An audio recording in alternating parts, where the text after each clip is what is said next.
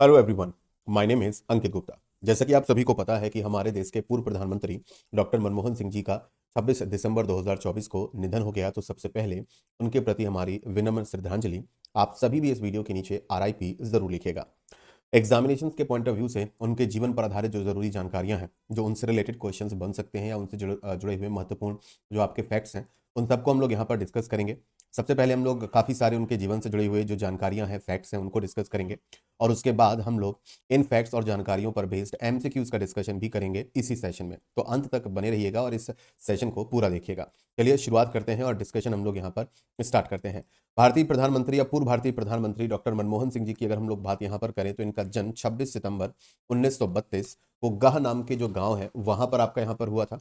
और ये जो गाह नाम का विलेज आपका यहाँ पर बनता है, ये विलेज वर्तमान में पाकिस्तान के पंजाब प्रांत में मौजूद है। तो इनके गांव का नाम गाह नाम का गांव था, जो कि पंजाब यानी कि वर्तमान पाकिस्तान, क्योंकि 1932 में हमारे देश को आज़ादी या देश का बंटवारा नहीं हुआ था, तो 1947 में इनका जो गाह नाम का विलेज है पंजाब प्रांत पाकिस्तान में चला गया था। निधन 26 दिसंबर 2024। पिता का नाम गुरमुख सिंह कोहली था, कोहली है। और माता जी का नाम अमृत कौर है। इनकी जो वाइफ है उनका नाम गुरशरण कौर है।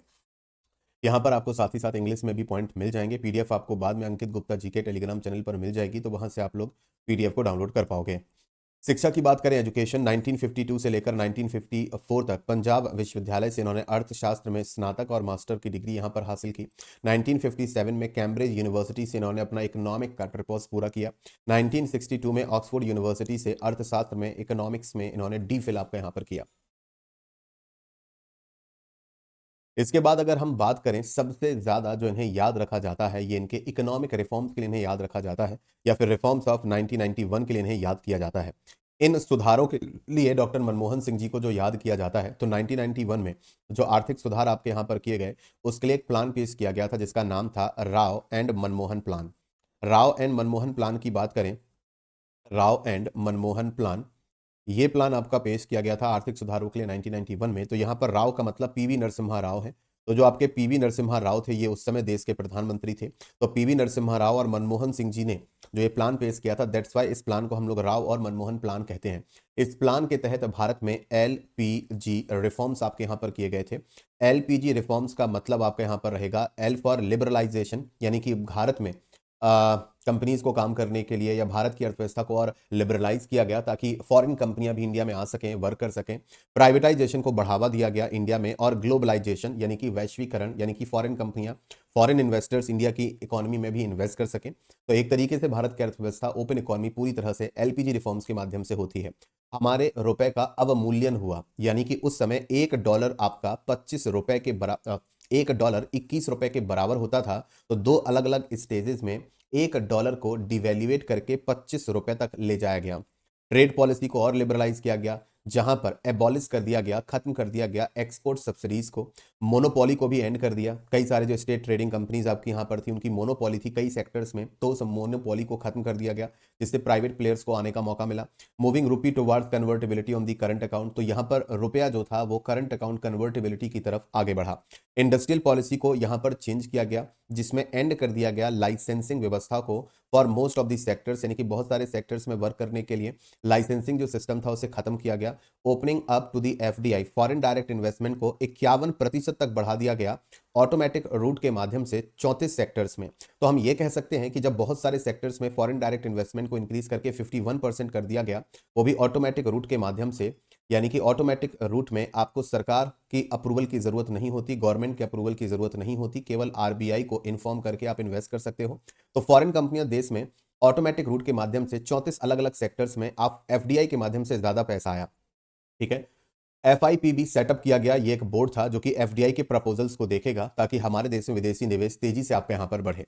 भारतीय प्रधानमंत्री या पूर्व भारतीय प्रधानमंत्री डॉक्टर मनमोहन सिंह जी की बात करें तो उन्होंने किन पदों पर काम किया है, वो विदेश मंत्रालय, विदेश व्यापार मंत्रालय के आर्थिक सलाहकार भी रहे 1971 में, वित्त मंत्रालय के मुख्य आर्थिक सलाहकार भी रहे 1972 में, वित्त मंत्रालय के सचिव के तौर पर भी उन्होंने काम किया सेक्रेटरी के तौर पर 1976 में, आरबीआई के गवर्नर के तौर पर भी उन्होंने काम किया, और वो इकलौते ऐसे आरबीआई गवर्नर हैं, the only RBI governor, only RBI governor जो कि आगे चल के देश के प्रधानमंत्री बने। इनके अलावा और कोई भी आरबीआई गवर्नर नहीं है जो आगे चल के देश का प्रधानमंत्री बना हो। 1982 से लेकर 1985 तक, इन 3 सालों तक वो आरबीआई के गवर्नर रहे और ओवरऑल वो आरबीआई के 25वें गवर्नर रहे। हाल ही में आरबीआई के 26वें गवर्नर अपॉइंट किए गए हैं, उनका नाम हमें कमेंट सेक्शन में लिखकर बताइएगा। विश्वविद्यालय अनुदान आयोग की बात करें, जिसे हम यूजीसी कहते हैं, यूनिवर्सिटी ग्रांट कमीशन, ये उसके चेयरमैन भी रह चुके हैं। और आपको याद होगा कि हमारे देश में नीति आयोग से पहले जो संस्थान प्लानिंग का काम करती थी उसका नाम था योजना आयोग। यह योजना आयोग के उपाध्यक्ष भी रहे थे 1985 से लेकर 1990 में, राजीव गांधी के शासनकाल में, जब राजीव गांधी देश के प्रधानमंत्री थे और राजीव गांधी देश के यंगेस्ट प्राइम मिनिस्टर थे, याद रखिएगा। वर्तमान में अगर हम बात करें नीति आयोग, जो कि इस समय योजना आयोग की जगह काम करता है, तो वर्तमान में नीति आयोग के उपाध्यक्ष आपके यहां पर कौन है, मुझे कमेंट करके बताइए। आगे बात कर लेते हैं। तो यहां पर जिन बातों को हमने हिंदी में डिस्कस किया वही आपको इंपॉर्टेंट फैक्ट्स इंग्लिश में भी मिल जाएंगे। वो भारत के 13वें प्रधानमंत्री बने। 2004 में पहली बार वो देश के प्रधानमंत्री बने और 2004 में पहली बार वो देश के सिख प्रधानमंत्री बने। तब तक किसी भी सिख प्रधानमंत्री को अपॉइंट नहीं किया गया था। 2004 से लेकर 2014 तक 10 सालों तक वो देश के प्रधानमंत्री बने रहे। ठीक है। डॉक्टर मनमोहन सिंह जी की बात करें तो उनका सबसे बड़ा योगदान वित्त मंत्री के तौर पर, फाइनेंस मिनिस्टर के तौर पर आर्थिक सुधारों की शुरुआत करना था, जिसके बारे में हमने अभी पीछे ही डिस्कस किया कि 1991 में जो राव और मनमोहन प्लान आपका यहां पर लाया गया था देश के आर्थिक सुधारों को तेज करने के लिए, उसके लिए इनको जाना जाता है। इन्हें संकट मोचक भी कहा जाता था भारतीय अर्थव्यवस्था का उस वक्त।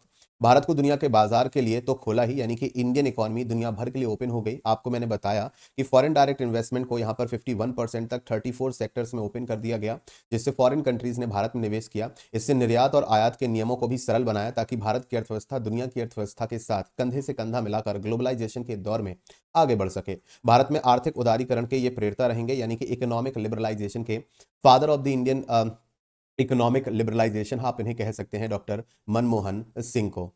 The father of the pioneer of the economic liberalization of India. पहली बार राज्यसभा के सदस्य बने अक्टूबर 1991 में।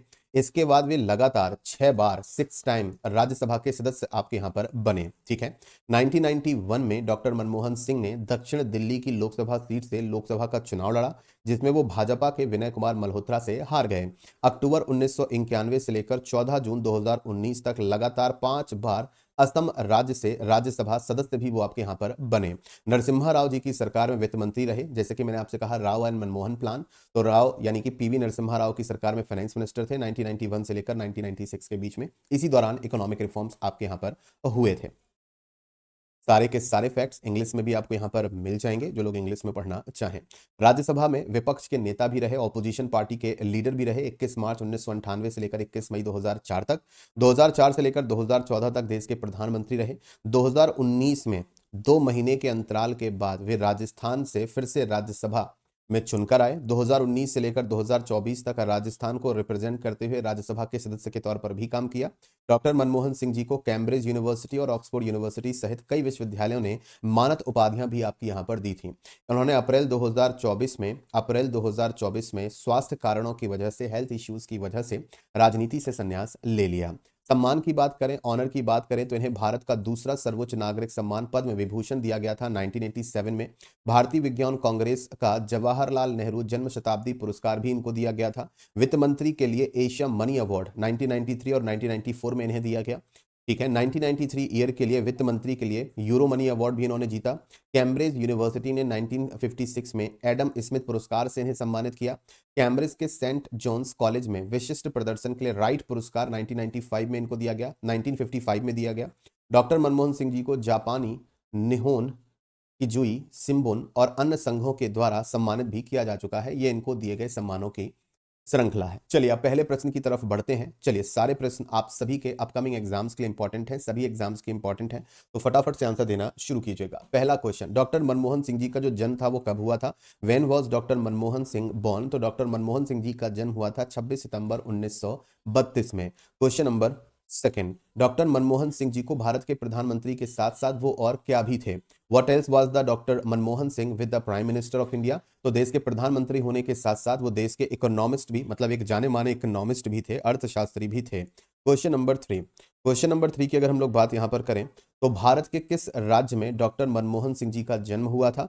इन which state of India was doctor Manmohan Singh was born? तो देखिए 1932 में इनका जन्म हुआ था। उस समय देश का विभाजन नहीं हुआ था। उस समय जो पंजाब स्टेट था वहां पर इनका जन्म हुआ था। आज जो इनका गाह नामक गांव है जहां पर इनका जन्म हुआ था पंजाब प्रोविंस में, वो पाकिस्तान में है। नेक्स्ट आगे बात कर लेते हैं। डॉक्टर मनमोहन सिंह जी को किस वर्ष सर्वश्रेष्ठ सांसद के पुरस्कार से आपका यहां पर सम्मानित किया गया था? In which year doctor Manmohan Singh was awarded the best parliamentarian award? तो इन्हें बेस्ट पार्लियामेंट्रियन अवार्ड से सर्वश्रेष्ठ सांसद के पुरस्कार से सन 2002 में सम्मानित किया गया था। Question number 5, doctor Manmohan Singh ji को पहली बार किस वर्ष भारत का प्रधानमंत्री नियुक्त किया गया था? In which year doctor Manmohan Singh was appointed the prime minister of India for the first time? तो पहली बार वो देश के प्रधानमंत्री बने थे 2004 में। Next question, question number 6, doctor Manmohan Singh RBI के गवर्नर कब से कब तक बने? How for how long was the doctor Manmohan Singh the governor of RBI?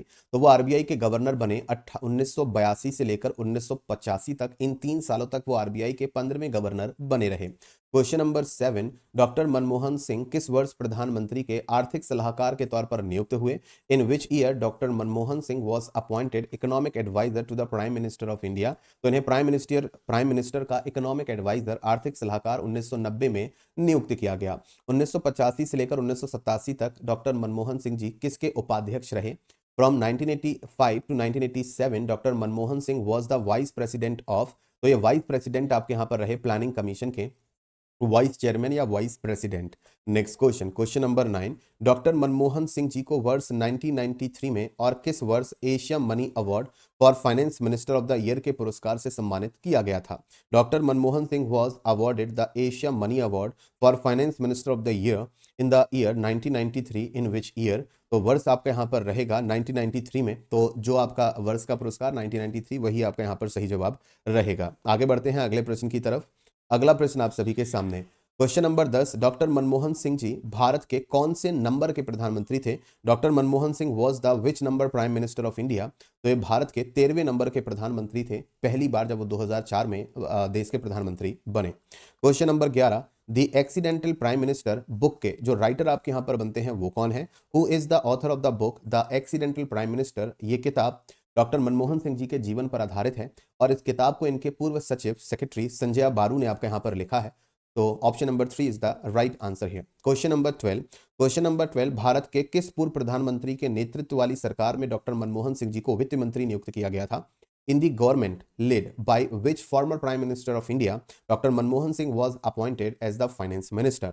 इस क्वेश्चन का आंसर आप सभी लोग वीडियो के नीचे कमेंट सेक्शन में देंगे। तो एज अ होमवर्क आपको इस क्वेश्चन का आंसर वीडियो के नीचे कमेंट सेक्शन में देना है। क्वेश्चन नंबर 12 का आंसर आप सभी लोग वीडियो के नीचे कमेंट सेक्शन में देंगे और क्वेश्चन नंबर 13 का आंसर भी आप सभी लोग वीडियो के नीचे कमेंट सेक्शन में देंगे।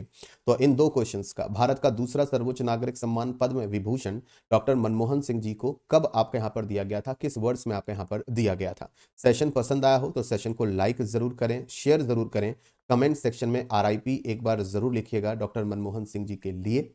इनके साथ ही एक युग की समाप्ति भी हो जाती है और इसी तरह के इन्फॉर्मेटिव वीडियोस के लिए आप चैनल को सब्सक्राइब कर सकते हैं, बेल नोटिफिकेशन को प्रेस कर सकते हैं ताकि आपको अपकमिंग वीडियोस की नोटिफिकेशन मिल सके। इस वीडियो में इतना ही। Thank you so much.